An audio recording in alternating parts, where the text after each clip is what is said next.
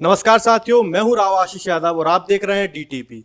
आज हमारे साथ मौजूद है एक ऐसी शख्सियत जो कि किसानों के साथ साथ पिछड़ा वर्ग, दलित और सबके नेता माने जाते हैं। ये कांग्रेस में प्रदेश के उपाध्यक्ष भी रहे हैं, पिछड़ा वर्ग के कार्यकारी अध्यक्ष भी रहे हैं। कांग्रेस में टिकट ना मिलने के कारण, क्योंकि उन्होंने टिकट मांगे थे 125 पिछड़ा वर्ग के, जो टिकट ना मिलने के कारण इन्होंने कांग्रेस पार्टी छोड़ी और आजाद समाज पार्टी के टिकट से ये सेवड़ा विधानसभा 20 से चुनाव लड़े। तो भैया आपका बहुत बहुत स्वागत है हमारे चैनल पर। बहुत बहुत धन्यवाद राव साहब। तो भैया सेवड़ा विधानसभा के जो परिणाम रहे हैं उन पर आपका क्या कहना है? देखिए, हमें चुनाव लड़ने के लिए सिर्फ 15 दिन का समय मिला था और मैं समझता हूं कि ये कांग्रेस ने जानबूझ के किया था। जब मैं पिछड़ा वर्ग के लोगों के लिए संख्या के अनुपात में भागीदारी मांग रहा था, जो राहुल जी और खड़गे जी कह रहे थे, तो कांग्रेस मुझे झुलाती रही। कांग्रेस ने, सुरजेवाला जी ने, कमलनाथ जी ने यह आश्वासन दिया कि हम आपकी मांग को पूरा करेंगे, लेकिन कांग्रेस पिछड़ा वर्ग के टिकटों के मुद्दे पर आखिरी तक मुझे रोक के रखी रही, आश्वासन झूठा दे के रखी रही। और वो चाहते ये थे कि दामोदर को अगर टिकट नहीं देंगे, पिछड़ों को अगर टिकट नहीं देंगे, तो दामोदर कहीं पूरे प्रदेश में विरोध करने ना निकल जाए। इसलिए उनने जानबूझ के आखिरी तक रोके रखा और फिर जब मैंने चुनाव लड़ने का निर्णय किया तो मेरे पास सिर्फ 15 दिन ही बचे थे। भाई चंद्रशेखर आज़ाद जी से बात करने के बाद जब मैं चुनाव मैदान में कूदा तो आपको आश्चर्य होगा कि मुझे 30,000 वोट मिला, लगभग 30,000, और 30,000 वोट मिला और बीजेपी को 33,000 वोट मिला। ये जो 12-13 हज़ार वोट का अंतर है, ये मैं सहज ही कवर कर लेता और बहुत आगे निकल जाता अगर मेरे पास 1 महीने का समय होता तो कांग्रेस ने जानबूझ के ये षड्यंत्र किया। हमारी विधानसभा के अंदर 205 गांव हैं, जिसमें से 140 गांव में मैं गया, लगभग 60-65 गांव में नहीं जा पाया। 2 नगर पड़ते हैं जहां पे 30-30, 15-15 वार्ड हैं, मैं 30 वार्ड में नहीं जा पाया। अगर आप एक ओवरऑल कैलकुलेशन करेंगे तो पाएंगे कि मैं लगभग 60% विधानसभा में वोट मांगने गया, 40% में वोट मांगने ही नहीं जा पाया। उसके बावजूद इतना जबरदस्त माहौल और इतना अच्छा वोट मिला है। मैं इसको जीत के रूप में देखता हूँ और चुनौती के रूप में देखता हूँ। मैं मानता हूँ कि अगली बार जब चुनाव आएगा तो सेवड़ा के अंदर हमारी जो ताकत है वो दुगनी तिगनी बन के निकलेगी और बहुत बड़ी जीत दर्ज वहाँ पे की जाएगी। मैं आपके चैनल के माध्यम से एक एक अपने साथी कार्यकर्ता को भी धन्यवाद दूंगा और सेवड़ा क्षेत्र की उस जनता को भी धन्यवाद दूंगा जिसने बीजेपी कांग्रेस को एक तरह से नकार के और मुझे 30,000 वोट देने का काम किया है। आप दिग्विजय सिंह पर इतने हमलावर रहते हैं, उसका क्या कारण है?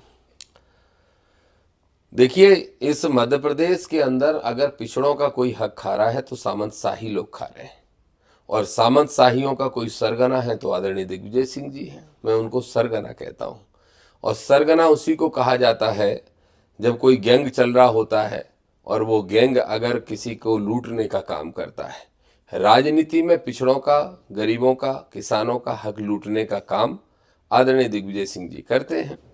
तो जब वो ये काम करेंगे तो मैं उन पर हमलावर रहूंगा। आप देखिए कांग्रेस की स्थिति को कि माननीय कमलनाथ जी बेचारे बन के रह गए। चेहरा कमलनाथ का था और टिकट दिग्विजय सिंह के थे, और उद्देश्य एक छुपा हुआ था कि आरएसएस बीजेपी की जीत हो जाए और कांग्रेस हार जाए, और उस उद्देश्य में वो पूरा किया उन्होंने। मैं ऐसा मानता हूं कि कांग्रेस तब तक वापस से जिंदा नहीं होगी इस मध्य प्रदेश में जब तक दिग्विजय सिंह कांग्रेस के नेता रहेंगे। अगर कांग्रेस को वापस मध्य प्रदेश में आना है तो कांग्रेस को पिछड़ों और दलितों को सम्मान देना चाहिए, जो कांग्रेस कभी नहीं देगी।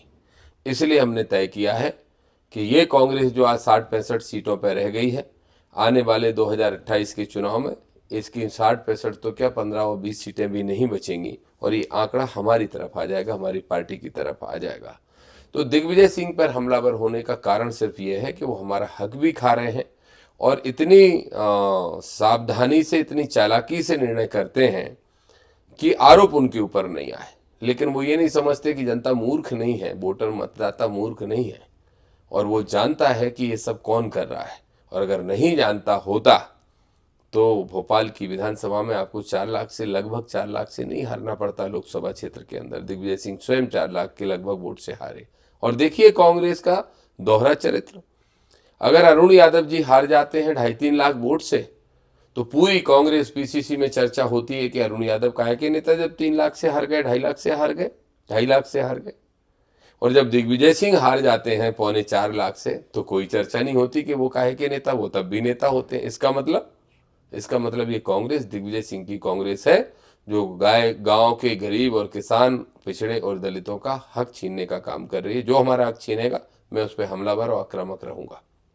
चंद्रशेखर आजाद जी और आपकी कैसी क्या केमिस्ट्री है, उसके बारे में क्या कहेंगे आप?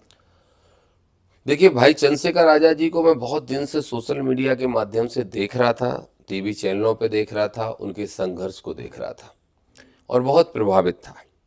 और प्रभावित इसलिए था कि कोई बहुजन समाज की बात इतनी ईमानदारी से कर रहा है, लड़ाई लड़ रहा है, संघर्ष कर रहा है, झेल रहा है, फिर भी झुकने को तैयार नहीं।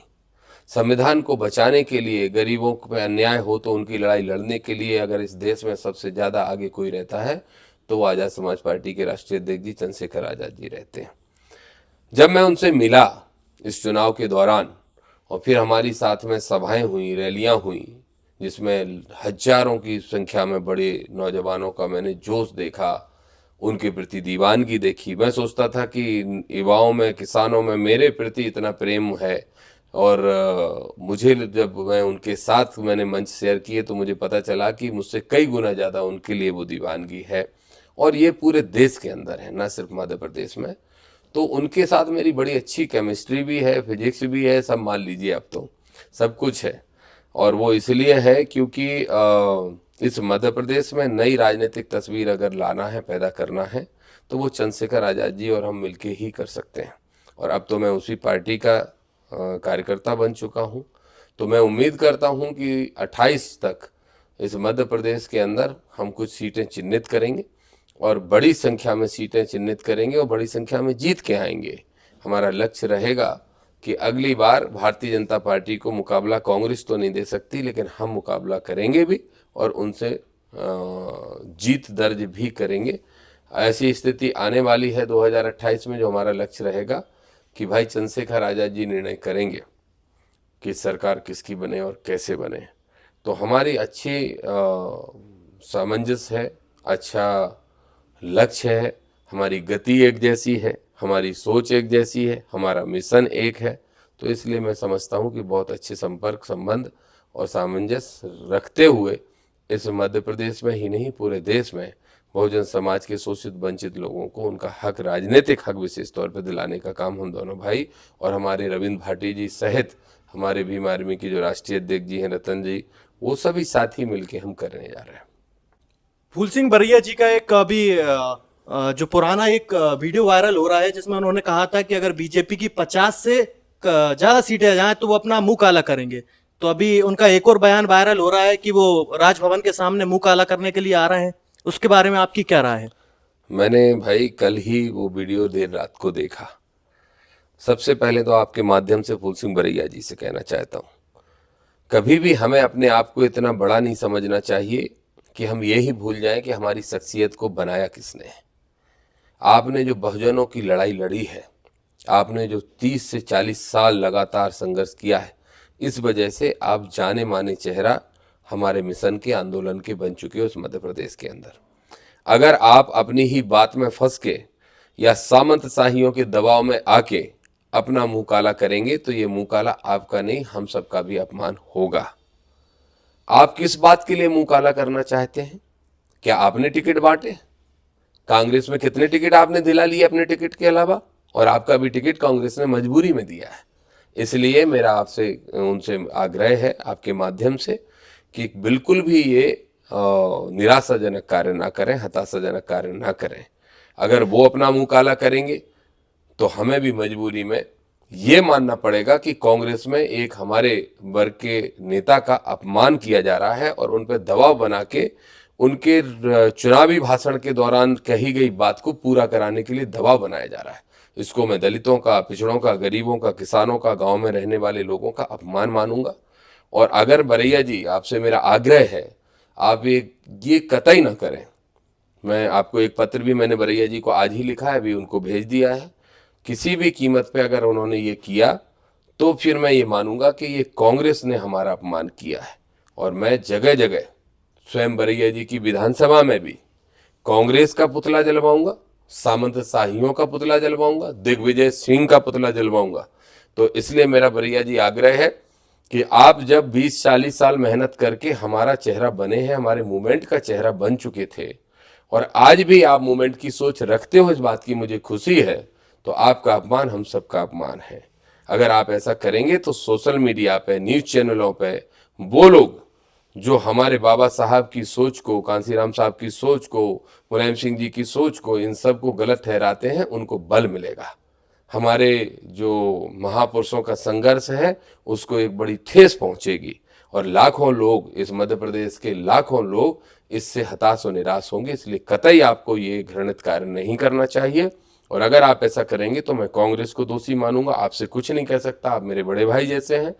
लेकिन आप सोचिए कि भांडेर की जनता ने आपको भी चंद दिन पहले विधायक बना के भेजा, क्या इसके लिए भेजा कि आप भोपाल में मुंह काला करेंगे खुद का? अगर मुंह काला करना है तो भ्रष्टाचारियों का करिए, और मुंह काला करने की अगर किसी को जिम्मेदारी लेना है तो सामंत शाहियों को लेना चाहिए, जिनने सारे टिकट बांटे, जिन्होंने षड्यंत्र करके पिछड़ों का हक खाया है इस कांग्रेस के अंदर। और वो कौन, किसने किया है? दिग्विजय सिंह जी तो उनके सबके बॉस हैं ही, बकाया एक पूरा गैंग है 30-40 लोगों का, और बेचारे कमलनाथ हैं उसमें बीच में।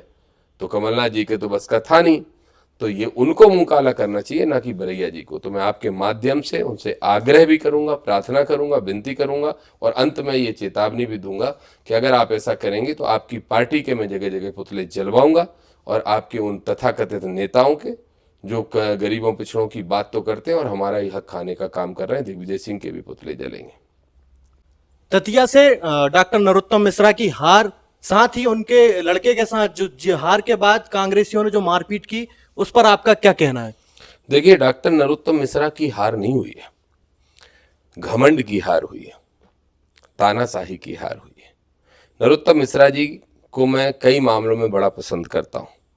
जैसे मैं ये मानता हूँ कि नरोत्तम मिश्रा ने दतिया में बहुत विकास कराया है, और मैं इसके लिए उनको धन्यवाद देता हूँ, और जब वो मिलेंगे तो भी मैं उनको धन्यवाद दूंगा कि आपने विकास का काम बहुत करवाया।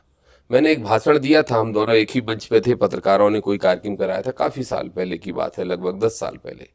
तब मैंने उस मंच पे, हम दोनों ही एक मंच पे थे, नरोत्तम मिश्रा और मैं भी, तो मैंने कहा था कि विकास हम सबको पसंद है, पर विनाश की शर्त पे नहीं। अगर आप इतना जरूरत से ज़्यादा हस्तक्षेप करेंगे कि एक होमगार्ड का, सिपाही का तबादला भी आपकी मर्जी के बगैर नहीं होगा, तो आपके लोग नाराज हो जाएंगे। वही नरोत्तम जी के साथ हुआ।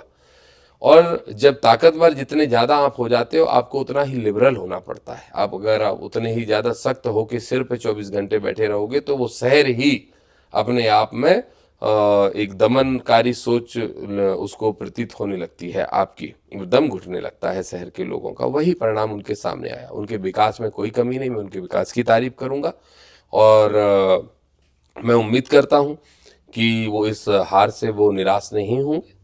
मैं उनका कोई वीडियो देख रहा था, किसी ने दिखाया, क्या हार में, क्या जीत में, क्या हार में, किंचित नहीं भयभीत में। भयभीत की बात नहीं है, बात संघर्ष करने की है। आप लंबे समय सत्ता में रहे हो, अब विपक्ष में रह के काम करो, तब आपको पता चलेगा कि हम लोग विपक्ष में काम करते थे और आप हमारी नहीं सुनते थे तो क्या बीतती थी। लेकिन चूंकि सरकार आपकी है तो आज भी आप विपक्ष में नहीं हो, लेकिन आपके विधायक नहीं है, तो ये सब उनको नहीं सोचना चाहिए। लगातार उस क्षेत्र का विकास और काम करते रहना चाहिए, हम उनका सहयोग करेंगे। जहाँ तक बात राजेंद्र भारती की है, जो जीते हैं, तो उन्होंने बड़ा संघर्ष किया और संघर्ष का उनको फल मिला है। लगातार उन्होंने बहुत हमले झेले हैं, सत्ता के हमले झेले हैं, बहुत नुकसान झेले हैं। नरोत्तम मिश्रा जी की जो हार है उसको मैं ये कहूँगा कि वो चुनाव जनता ने लड़ा, राजेंद्र भारती ने नहीं लड़ा। लेकिन फिर भी मैं राजेंद्र भारती जी को उस जीत के लिए बधाई देता हूँ, और नरोत्तम जी को ये आश्वासन देता हूँ कि आपकी सरकार है, आप विकास के काम करते रहिए, साथ में हमारे सवर्ण क्षेत्र के भी विकास के काम करिए। घनश्याम सिंह आपके मित्र रहे हैं, लेकिन फिर भी आपने पुल नहीं बनवाए। हमारे 3 पुल टूटे हुए डले हैं पिछले 2.5 साल से। इंदरगढ़ में बाईपास की समस्या, अनेकों समस्याएं हैं, उन पर भी ध्यान दें। मैं उसके लिए भी एक आंदोलन छेड़ने वाला हूँ। लेकिन फिर भी कहूँगा, नरोत्तम की हार, नरोत्तम मिश्रा की हार जीत नहीं, बल्कि एक घमंड की पराकाष्ठा की हार है, जिसमें उनको सुधार लाना चाहिए। एक रामायण में भी चौपाई लिखती है, प्रभुता पाए काहे मद नाही। लेकिन जब मद आ जाता है तो विनाश होता है, और मद आने के बाद जब ठोकर लगे और आदमी सुधर जाता है तो वापस रास्ते पे आ जाता है। मैं उम्मीद करता हूँ हमारे पुराने मित्र हैं कि वो विकास की सोच को जारी रखेंगे और बदले की भावना मन में नहीं लाएंगे। जहाँ तक आपने कहा कि उनके बेटे पे हमला कर दिया गया किस कांग्रेसियों के द्वारा या जो भी है, मैं ये मानता हूँ कि ये बहुत गलत है, ये परपाटी ही गलत है। राजनीति के तरीके से होना चाहिए, दुश्मनी से नहीं। अगर दुश्मनी की सोच के साथ आप काम करेंगे तो ठीक नहीं है। जिन भी लोगों ने ये दुष्कृत किया है, दुष्कृत्य ही कहूँगा मैं इसको, क्योंकि अगर आज आप हमला करेंगे तो कल कोई दूसरा करेगा, कल किसी और का समय आएगा। ये ठीक बात नहीं है, मैं इसकी निंदा करता हूँ। और मैं उनके बेटे को भी ये कहना चाहूँगा कि वो ये समझ के, अगर वो वाकई में दतिया के सेवक हैं तो दतिया में लगातार काम करें, हम उनका सहयोग करेंगे।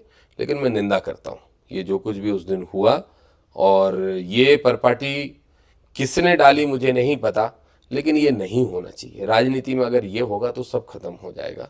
तो मैं इसकी निंदा करता हूँ, और मैं राजेंद्र भारती जी से भी आग्रह करता हूँ कि उन्हें भी ये वीडियो संदेश तुरंत डालना चाहिए था कि ये तरीका ठीक नहीं है और ऐसा आगे भी नहीं होना चाहिए।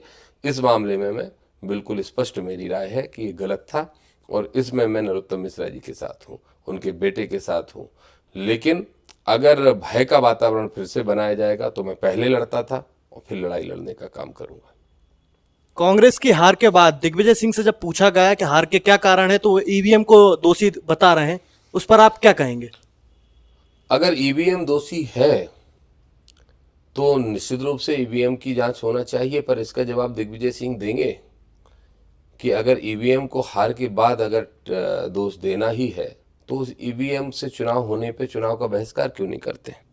सारे राजनीतिक दल एक होकर चुनाव आयोग को पत्र लिखें, उनके पास जाएं और कह दें कि अगर ईवीएम से इलेक्शन होगा तो हम लोकसभा के चुनाव में भाग नहीं लेंगे, ईवीएम बंद हो जाएगी। तो जब जीत जाओगे तो हम जीते हैं, और हार जाओगे तो ईवीएम ने हराया है। मैं भी तो हारा हूँ, मैं नहीं दे रहा हूँ ईवीएम को दोष। मैं ऐसा मानता हूँ कि आप काम करेंगे, आपका काम, आपके कर्म सब सामने आएंगे और जनता उस हिसाब से आपको फैसला सुनाएगी।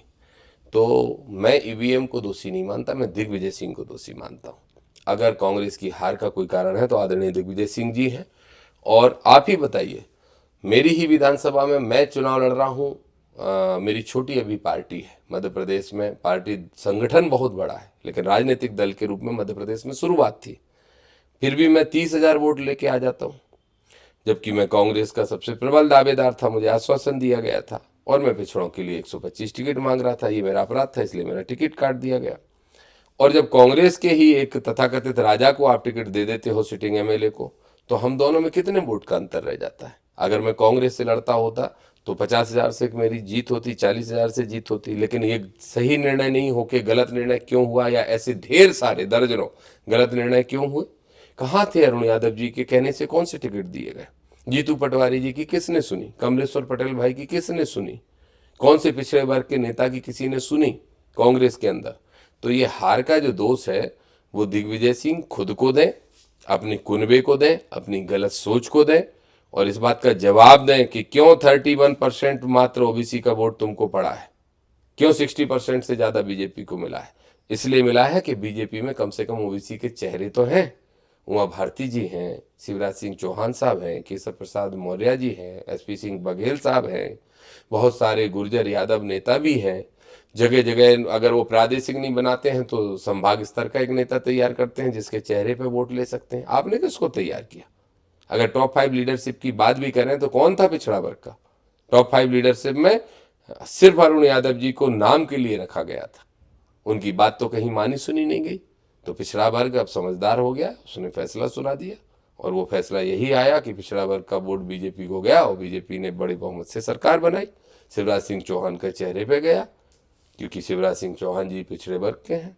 तो पिछड़ा वर्ग अब जागरूक हो चुका है। ईवीएम को नहीं, दिग्विजय सिंह को खुद पता है कि वो खुद दोषी है। अब उसको स्वीकार करें या ना करें, और कमलनाथ जी में हिम्मत हो तो स्वीकार करवा ले, और नहीं करवा लें तो बेचारे थे बेचारे बने रहे। अब बाकी सब नेताओं पर हमलावर रहते हैं लेकिन कमलनाथ जी के खिलाफ आप कुछ नहीं कहते, इसकी क्या वजह है? कमलनाथ जी से मेरा विशेष प्रेम स्नेह लगाव रहा है, और जो आज भी खत्म नहीं हुआ है। वो अच्छे इंसान हैं पर अच्छे नेता नहीं हैं। अब जब कोई अच्छा इंसान होता है तो उस पर हमलावर होने का मन नहीं होता, बस यही कारण है। हालांकि उनसे मैं नाराज बहुत हूँ, और नाराजगी का कारण मेरा टिकट या ओबीसी के जो टिकट नहीं दिए वो नहीं है। नाराजगी का कारण यह है कि जो संविधान को खत्म करने की सोच रखने वाली ताकतें हैं वो फिर सत्ता में आ गई, और आपको मुख्य विपक्षी दल होने के नाते लोग बड़ी उम्मीद से देख रहे थे। पर कितनी सभाएं की आपने, और शिवराज जी ने कितनी की? ईवीएम की बात तो कर रहे हो, जरा बताओ आपने कितनी मेहनत की और शिवराज सिंह ने कितनी की? 10 गुनी ज्यादा आपसे मेहनत की। कौन कर रहा था कांग्रेस में मेहनत? सबको अपनी अपनी सीटों की पड़ी हुई थी। मैं पिछले 2 साल से मेहनत कर रहा था, 60-70 विधानसभाओं की खाक छान चुका था, और जिंदा किया मैंने उन विधानसभाओं में कांग्रेस को, मजबूत किया कांग्रेस को। तो मैं तुम्हें अच्छा नहीं लग रहा था क्योंकि पिछड़ा वर्ग का हूं। तो सच बात तो यह है कि कमलनाथ जी अच्छे इंसान है, तो इसलिए मैं उन पे हमलावर तो नहीं होना चाहता।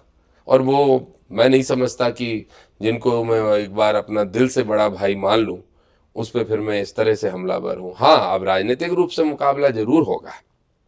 अब आने वाला समय, आजाद समाज पार्टी के हमारे राष्ट्रीय अध्यक्ष जी चंद्रशेखर आजाद जी से भी मेरी चर्चा होनी है। हम बैठ के बात करने वाले हैं लोग, और आगे के चुनाव की योजनाएं बनाने वाले हैं। उसके बाद रोज मौका आएगा। अगर कमलनाथ जी मध्य प्रदेश में डटे रहते हैं तो, लेकिन अगर कमलनाथ जी नहीं डटे रहते, जैसा कि लोगों का अनुमान है कि वो अब विपक्ष की राजनीति क्या करेंगे 5 साल, तो फिर मुझे पता है कांग्रेस किसकी गोदी में जा रही है। अभी अप्रत्यक्ष रूप से जिसकी गोदी में है, फिर प्रत्यक्ष रूप से जाने वाली है। फिर मुझे और आनंद आएगा। डट के मुकाबला ही नहीं करूंगा, बल्कि हर अवसर पे उनको हराने का काम करूंगा। कमलनाथ जी के लिए मेरी शुभकामनाएं।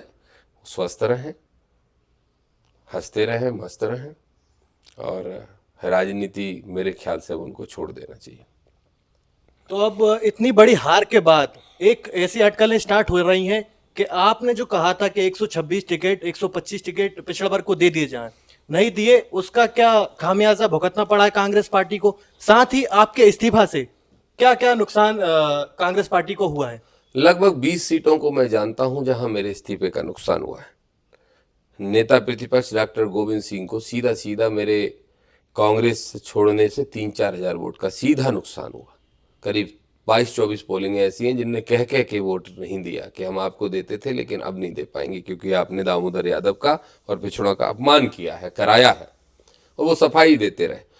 बात अगर हम एक पिछोर का विधायक था, जिसको क्या बोलना चाहिए, ऐसे सारे में बोलता हूँ मैं, उसका नाम क्या है, केपी सिंह, जो अपने आप को बहुत बड़ा डॉन मानता था, उसने भी मुझे 2 कौड़ी का कहा, पिछड़े वर्ग का अपमान किया, तो उसको क्या सजा दी पिछड़ा वर्ग ने, आपने देख लिया।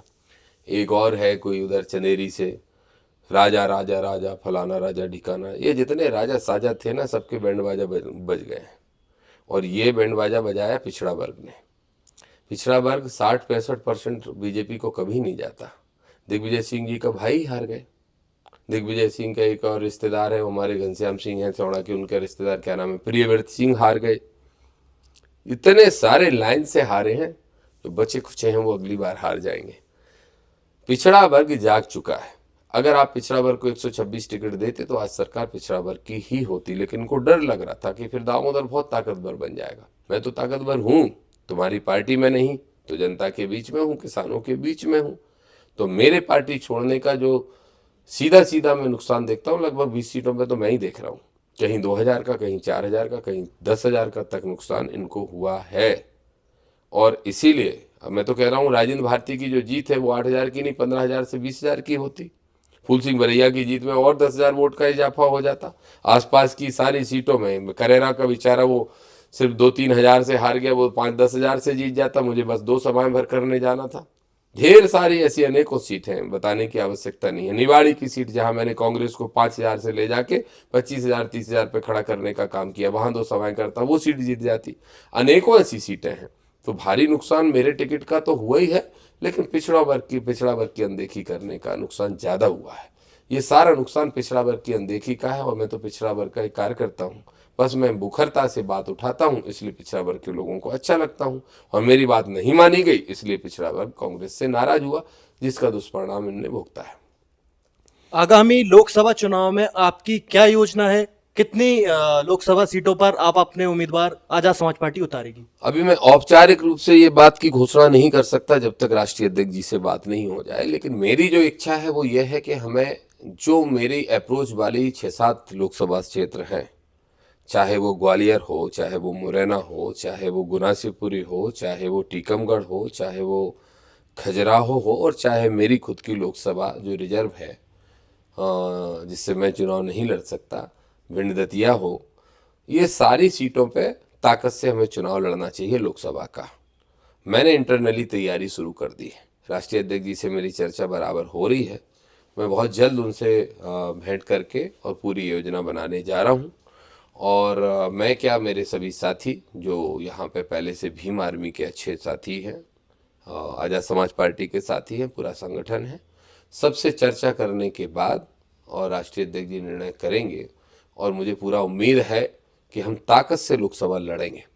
लगभग 3 या 4 लोकसभाएं ऐसी हैं जहां हम फाइट करने की स्थिति में रहेंगे। जीतना हारना तो एक उसी समय का कैलकुलेशन होता है, समीकरण होते हैं, लेकिन मुझे उम्मीद है कि 3-4 लोकसभा ऐसी होंगी जहां हम जीत की दहलीज तक पहुंच सकते हैं। उसकी हमने तैयारी अपने स्तर पर शुरू कर दी है। निवाड़ी के आप कांग्रेस से प्रभारी थे। पिछले विधानसभा का अगर रिकॉर्ड देखा जाए तो तीसरे चौथे नंबर पर पार्टी पहुंचती थी, लेकिन इस बार दूसरे नंबर पर पार्टी पहुंची है। तो इसमें क्या आपका योगदान रहा था निवाड़ी को लेकर? पूरा योगदान रहा था। वहाँ कार्यकर्ता भी थे और वोटर भी था। वहाँ जरूरत थी एक नेतृत्व की, जो मैंने प्रभारी के रूप में नहीं बल्कि वहाँ के एक लोकल नेता कार्यकर्ता के नाते के रूप में दी।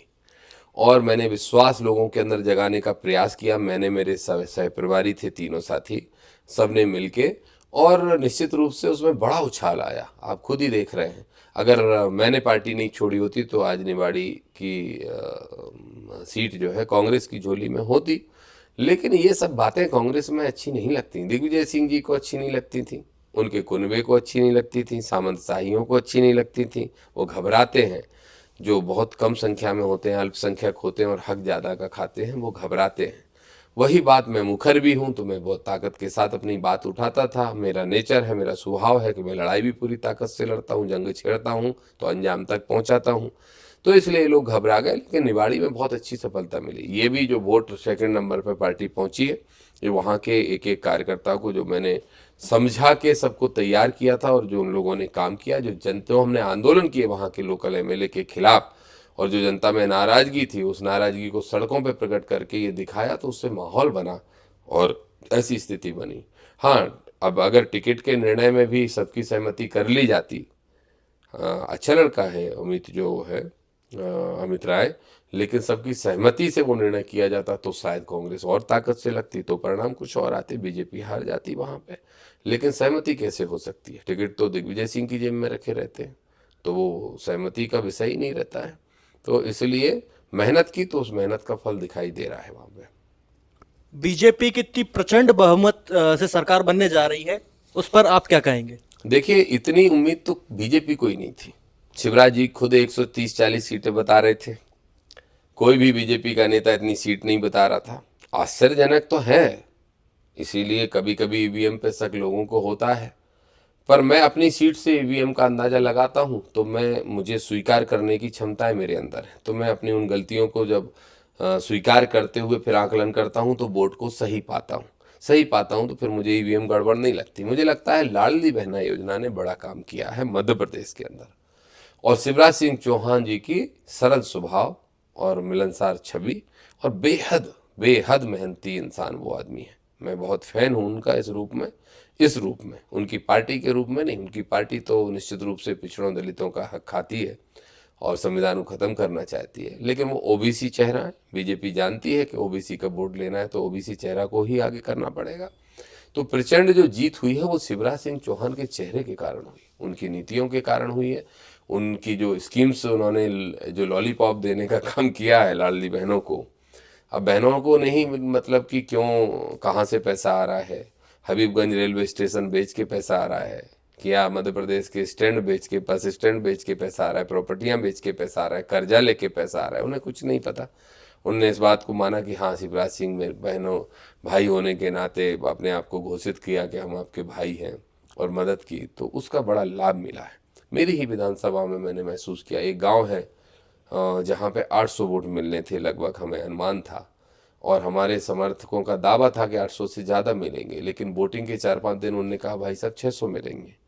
मैंने कहा कोई बात नहीं, क्या कारण है? बोले लाडली बहना। हमारे ही परिवार की आधी महिलाएं लाडली बहना के नाम पे बीजेपी को वोट दे के आ गई। वो नहीं जानती प्रदीप अग्रवाल को या किसी को भी, वो तो शिवराज को जानती हैं।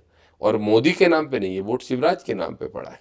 अब देखते हैं षड्यंत्र हो रहा है, किसको मुख्यमंत्री बनाएंगे। हो सकता है शिवराज सिंह को ना बनाए, क्योंकि मोदी जी और अमित शाह जी नहीं चाहते, लेकिन इसमें कोई संदेह नहीं कि ये जीत शिवराज सिंह चौहान की जीत है, और मैं उनको बधाई देता हूँ और मैं उम्मीद करता हूँ कि वही मुख्यमंत्री बने। ठीक है भैया, बहुत बहुत धन्यवाद। आगे हमसे जुड़ने के लिए डीटीपी का जो यूट्यूब चैनल है उसको सब्सक्राइब करें, वीडियो को लाइक करें, शेयर करें। धन्यवाद। बहुत धन्यवाद।